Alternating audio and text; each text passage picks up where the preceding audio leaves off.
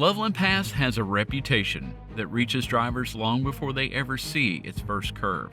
It's one of the few mountain routes in America where the name alone can make even seasoned travelers brace themselves. At nearly 12,000 feet, this exposed stretch of US 6 has been a lifeline, a detour, and a test of nerve. Even so, it remains the primary route that hazardous material trucks must take when the tunnels can't accept them, keeping heavy, dangerous freight high on the ridgeline, no matter the season. And there's no turning back. Once a driver commits to Loveland Pass, there is no practical way for a truck to turn around. It's a full 21-mile commitment over the divide.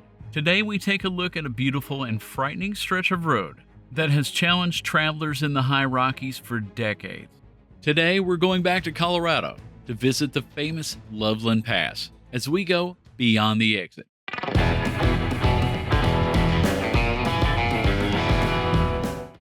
Well, welcome to Beyond the Exit. My name is Scott, and we are here to tell you the stories from the roads that move us. Today's episode is a continuation in a series that we've simply called Danger Ahead. It's all about America's most dangerous roads and highways, and today's episode is definitely one of those.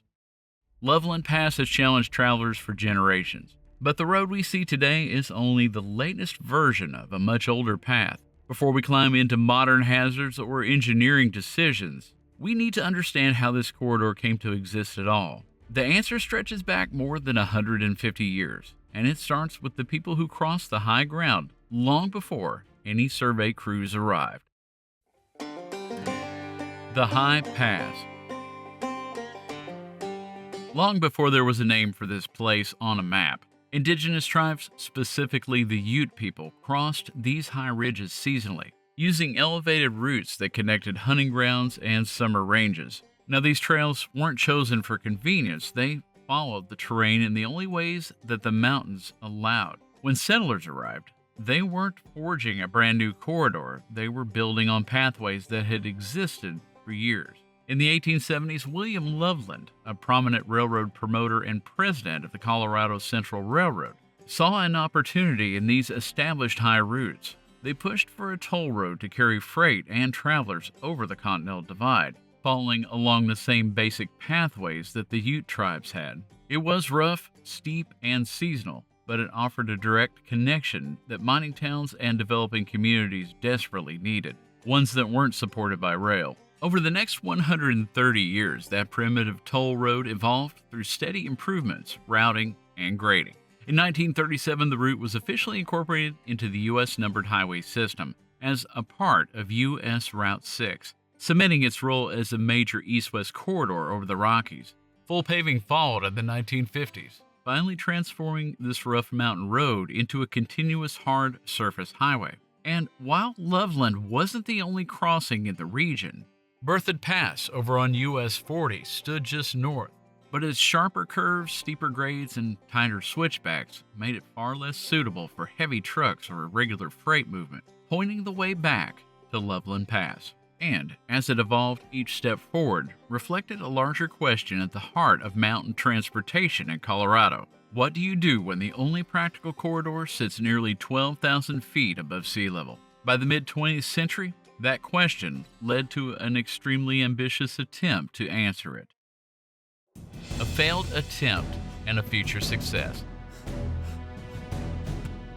By the early 1940s, Colorado engineers were already thinking about whether the harsh climb over Loveland Pass could ever be replaced with an all-weather route beneath the mountain. To answer that question, they began work on what was described as an exploratory pioneer bore, a small test tunnel meant to evaluate the rock and determine whether a full-scale highway tunnel was even possible. While in our research phase, we found that very little documentation survives from this early effort, and no known photographs of the actual site exist, at least for public use. But what data does remain paints a consistent picture. The mountain was stubborn. Contractors were reluctant to bid, and the few bids that did come in were unusually high for the time. Early drilling encountered difficult and inconsistent geology, and before long, the risk, cost, and uncertainty outweighed the potential benefits. The experiment was halted, and the idea of tunneling directly beneath Loveland Pass was shelved for decades. But that attempt wasn't entirely wasted.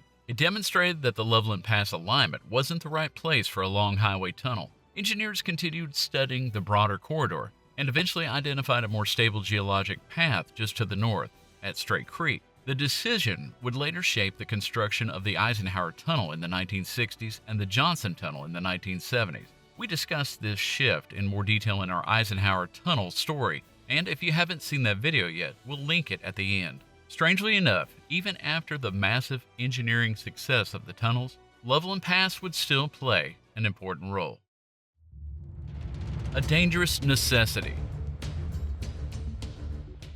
The Eisenhower-Johnson Tunnel complex transformed travel across the Continental Divide, but it didn't eliminate the need for Loveland Pass. Federal safety rules prohibit certain hazardous materials from passing through long, enclosed highway tunnels. That means tankers carrying flammable fuels, corrosive chemicals, or explosive cargo must still take the old route over US 6.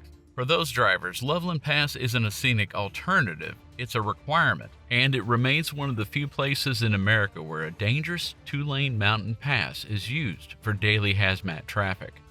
Steep grades, tight turns, and sudden weather shifts, and the sheer exposure of the terrain make the crossing challenging even for highly experienced operators. At the same time, the pass is shared with tourists, skiers, and sightseers who may be far less familiar with high-altitude driving. The mix of heavy commercial vehicles and unpredictable seasonal traffic adds yet another layer of complexity to a road that already demands respect. Even with the modern tunnels carrying most of the travel safely beneath the mountain, Loveland Pass has remained a critical and at times unforgiving necessary evil. The Seven Sisters and the dangers from above. As if the elevation and grade weren't challenging enough, Loveland Pass also carries one of the most avalanche-prone road segments in Colorado. The Seven Sisters chutes tower above this portion of US 6, sending snow toward the roadway in complex patterns determined by wind, storms, and terrain. To manage these risks, the Colorado Avalanche Information Center at CDOT uses a combination of observation, controlled releases, and GAZEX systems, remotely triggered charges mounted on the mountainside. These allow crews to bring down unstable snow in a controlled way before it becomes a threat to passing traffic. Even with these safety measures, avalanches still occur in the terrain surrounding the highway. In April 2013, a large slide in the backcountry just off Loveland Pass claimed 5 lives and injured another, one of Colorado's deadliest avalanches in decades. Although it did not reach US 6 itself, it underscored how active and unpredictable these slopes remain, even for experienced travelers. A challenging pass, even in a modern era.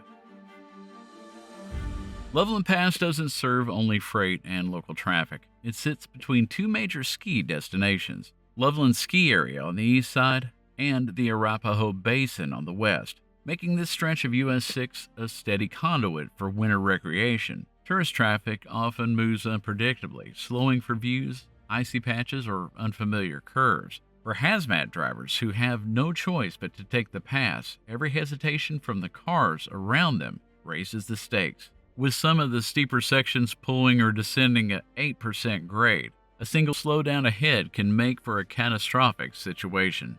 Also, snow and ice aren't the only hazards that can bring travel to a stop on Loveland Pass. On June 15th of this year, a major mud and earth slide struck the area around Scotty's Curves, burying US 6 under a debris field roughly 100 feet wide and up to 20 feet deep. Crews began work the next day, and geohazard teams spent the 16th and 17th removing more than 92 tons of mud, silt, and rock.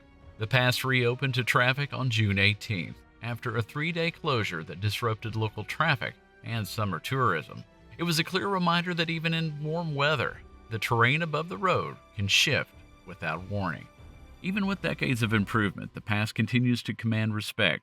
Drivers who do run hazmat loads or rely on the pass as a detour describe it as a route that demands focus and preparation. In fact, many of the comments that we've received on our channel from drivers echo that same theme. Loveland Pass isn't intimidating because it's unfamiliar. It's intimidating because conditions can change faster than anyone can anticipate. And while CDOT advises against using Loveland Pass for standard commercial freight, favoring the Eisenhower and Johnson Tunnels instead. Hauling hazardous material over the pass seems a strange contradiction, but a necessary one. A reminder that Colorado's geography still dictates the terms of travel. Well, Loveland Pass is definitely something to behold, and we hope you enjoyed our story on it today. If you've got a tale that you'd like to tell, or a story, or maybe just a suggestion on a video that you would like us to do on the channel, please leave it in the comments below. We try to stay very engaged in those. Also, if you liked this video, if you could go ahead and hit that like button down below. A lot of you have been doing that, and that helps us out so much. Not only that, but sharing with friends that might want to see this as well. It helps us go a lot further on YouTube. Our growth has been exponential here lately, and we're so appreciative to you guys. If you'd like to join us on this caravan, then why don't you subscribe to the channel and ride along with us as we're looking for history hiding in plain sight. We know there are a lot of other options out there, so we're honored that you stopped by to spend time with us. We want to thank you for watching, and God bless.